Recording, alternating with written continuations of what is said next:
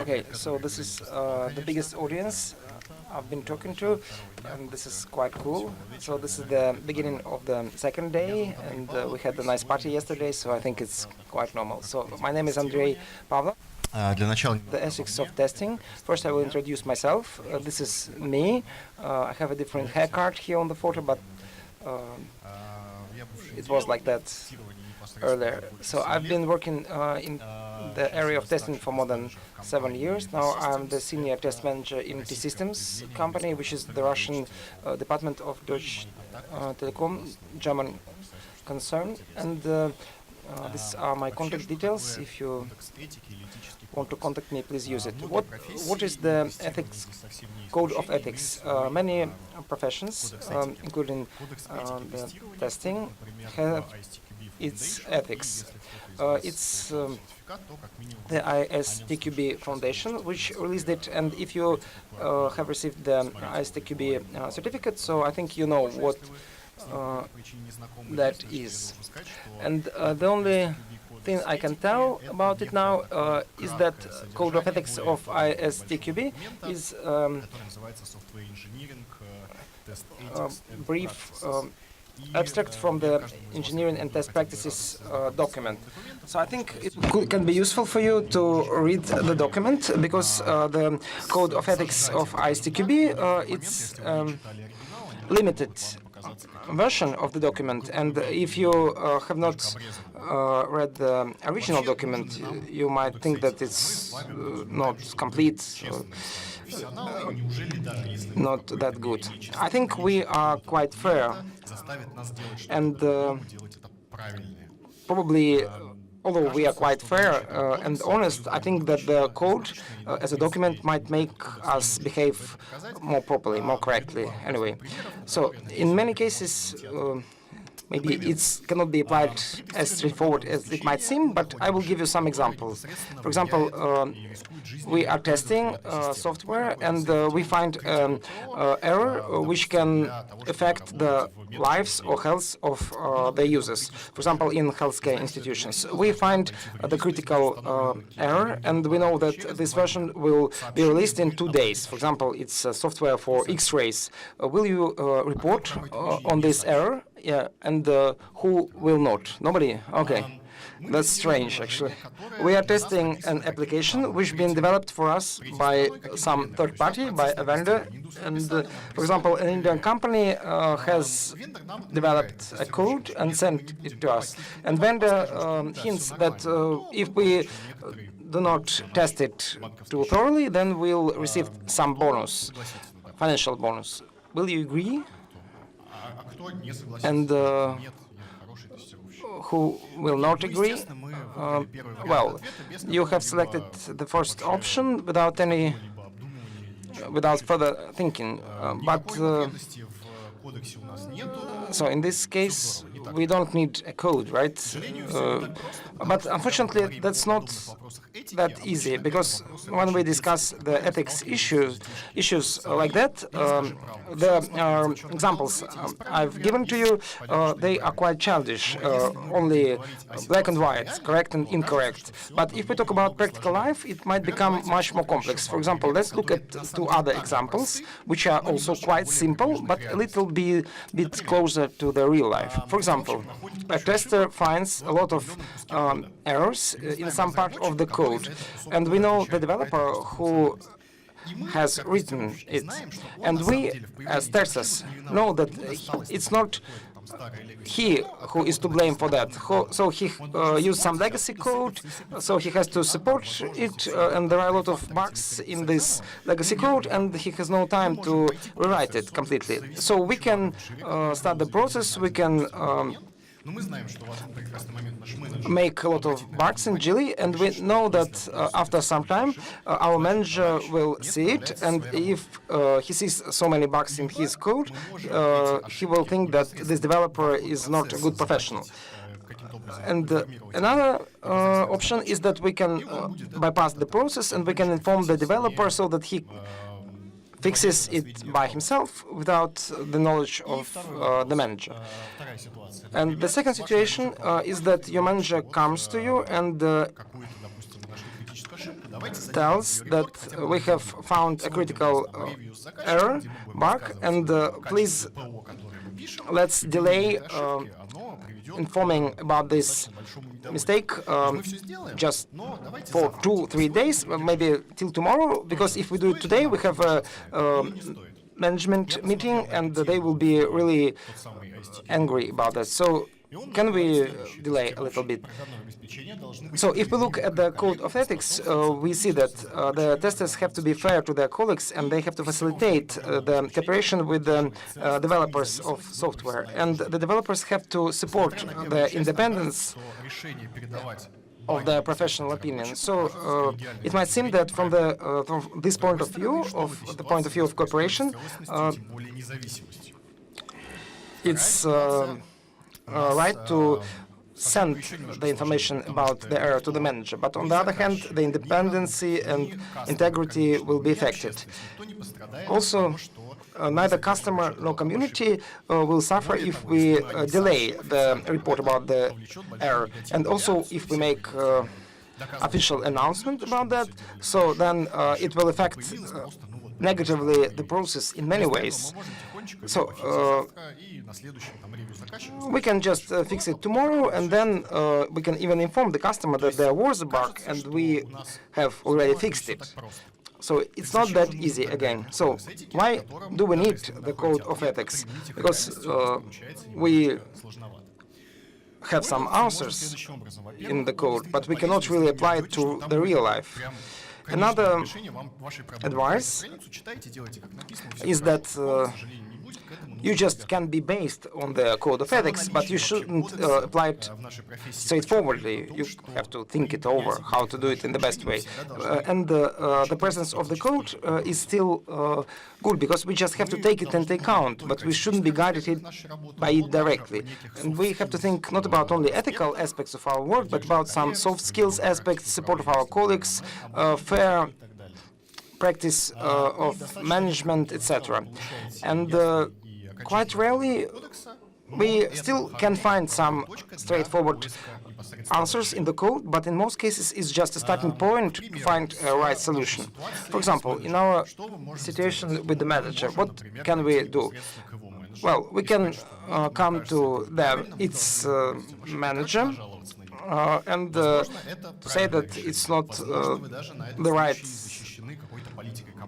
request, so we have to report on every error, bug found, but and maybe you are protected by the company policy, but of course you understand that in future it might affect you negatively because it's your manager, your boss. Also, in this report we might state that the test cycle is not complete and we are forecasting some critical bugs, but we have not found them yet.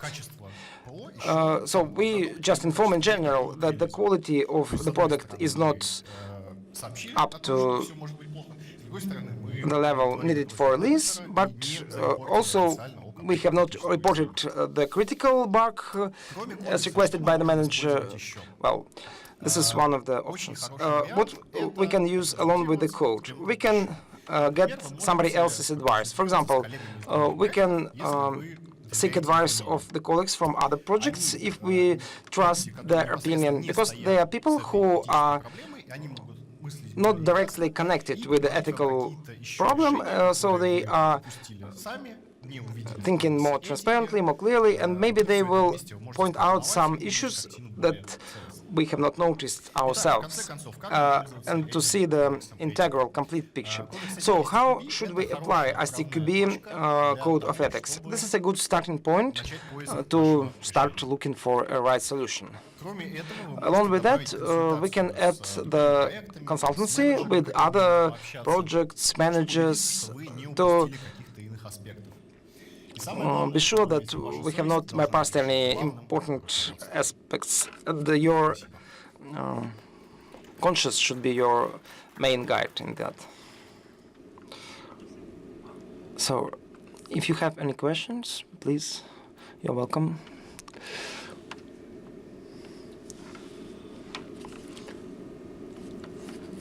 Good morning. So the mic is mic working? Yeah. So how do you settle these issues in your company, in your organization? So in our company, it's a little bit more complex because we are a part of Deutsche Telekom, and it's very, very much regulated. We have processes.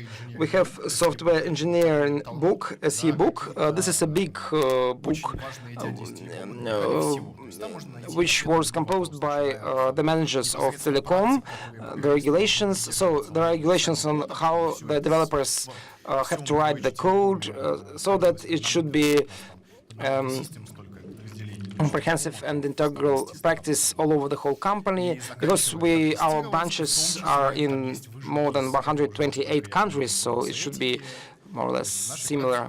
And also there are some abstracts from the code of ethics in it. So, and well, our recipe in the company, it's like go and look at the SE book. So you have this guide, internal company guide. So we are not using ISTQB software engineering, but we use our own document, but which was based on ISTQB, right? We have our own document. Do you have the don't blame principle? Because my own experience and others' experience, I know, if there are some bugs found in the code, it shouldn't affect the career of the developer who wrote it. Well, it depends on the manager. A good manager understands that if his developer is doing like shit and the developer cannot do anything with that, so it's not the developer who is to blame for that. But there are other managers in our company as well and in other companies who just assess the work more straightforwardly. If the developer's product is not good, so the developer is to blame. Since you mentioned with T-Systems, you're globally working, are there like country or region specific ethics? Like I would assume maybe there in France and Germany something would be accepted, but it's not accepted in Russia in terms of ethics? Really, I don't think. At least, as I told, we have a general SE book. It is mandatory for all Deutsche Telekom and T-Systems offices in all countries. But as I told while answering a previous question, we have different managers. Some are better, some not, and some of them can ignore ethics questions, and sure, it leads to some problems, ethic problems in projects. Спасибо за доклад. У меня вопрос. Thank you. Do you have situations like dead-end situations? If you have two options and both lead to some negative results. For example, what do you do in this situation? Well, in this case, we have to seek some balance, and sometimes it's in between two negative options. Well, and how to behave in this situation, it depends on the practical case, based on advice received from other experts, based on brainstorming, thinking. So we have to select the less negative option, just like that.